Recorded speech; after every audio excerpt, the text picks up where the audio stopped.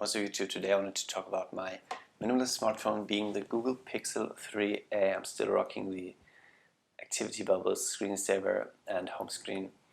I've been using it for around 6 months now, so I wanted to give you my opinion on it and also why I think it's the perfect minimalist smartphone. So just looking at it, it is black and white. There's also a pure black version. It has a little accent power button on the side, a single camera, fingerprint sensor on the back, USB-C, which is perfect. It's not too big, not too small. It's a basic smartphone. It's around $300. I think it gives you great value for price.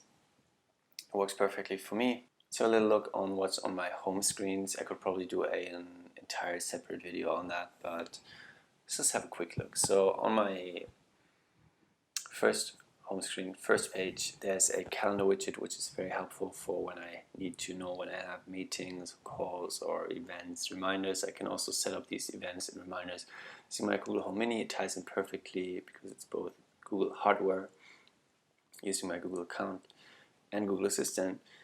And I just have my central apps that I use most often on here. I try to keep some kind of color scheme, blue and red together. I also have my most used apps in the quick access down below.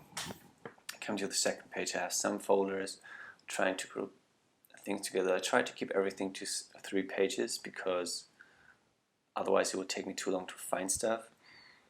And I used to have a lot of mobile games on my phone, well, around 10 or so, but now I have none. I think I only have Mario Kart, but I don't really play it anymore, so I kind of became aware of the distraction it brings with it, and I'd much rather play hardcore or medium core software console titles and really focus on what I'm doing entirely. So if I want to go gaming, then I game properly.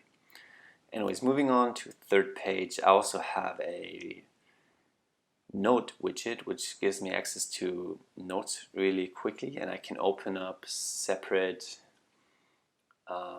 note sheets from that widget, which is quite cool.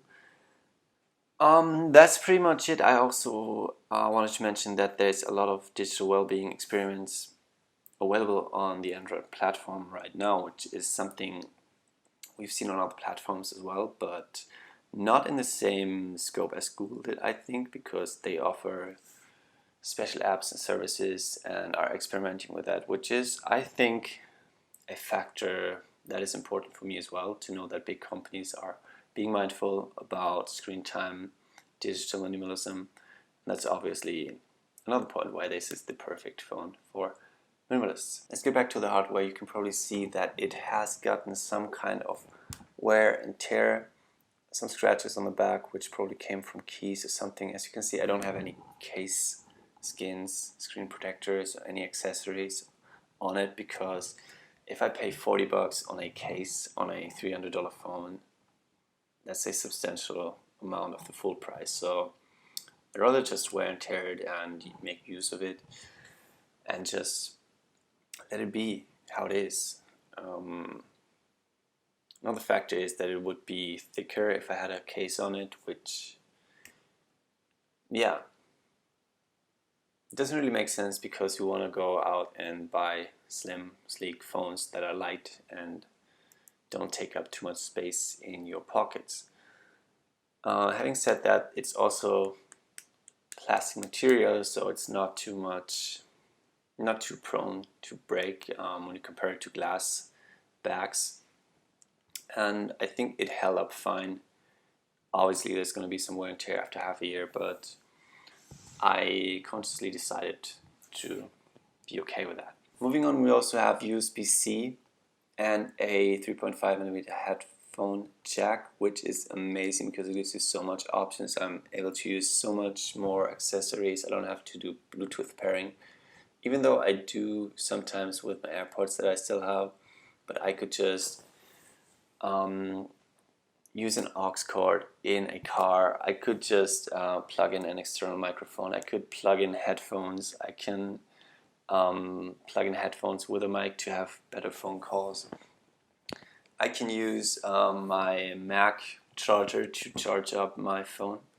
I can use my Nintendo Switch charger to charge up my phone. I have so many USB-C cables now from hard drives, whatever. So basically it allows me to just keep a single cable instead of having several, again, as would have been maybe the case with other manufacturers. So that is definitely a plus point for me as well, and another reason why it's the perfect smartphone for minimalists. So the Pixel 3a came out in May 2019, and the next version is rumored to come out in May 2020, which is in a month from recording this video. So if you're out there, you might get a great deal on the Google Pixel 3a or the 4a when it releases.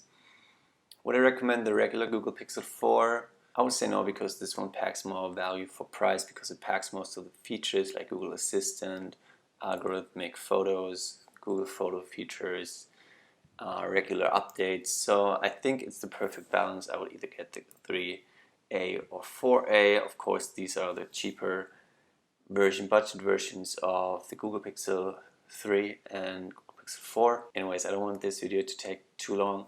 I might do a separate one if this one goes well, maybe talking more about the apps I'm using, that I select to use and let into my life.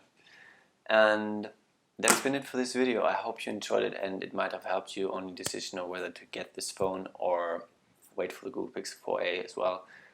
I'm really happy with it. I figured if I just spend $300 on my phone on a device that I don't want to use that much anyway, it's gonna help me be a digital minimalist. So if I spent $1,000 on a phone, I would probably use it way more, and I think this one was exactly what I needed. It fulfills all my need. It doesn't really have to go above that. It is slightly, but not in a way that distracts me and takes time away from me. I hope you feel the same. If you decide to get this phone, leave a comment down below of what you think about the Google Pixel 3a and the rumored 4a. I'll see you all in the next video.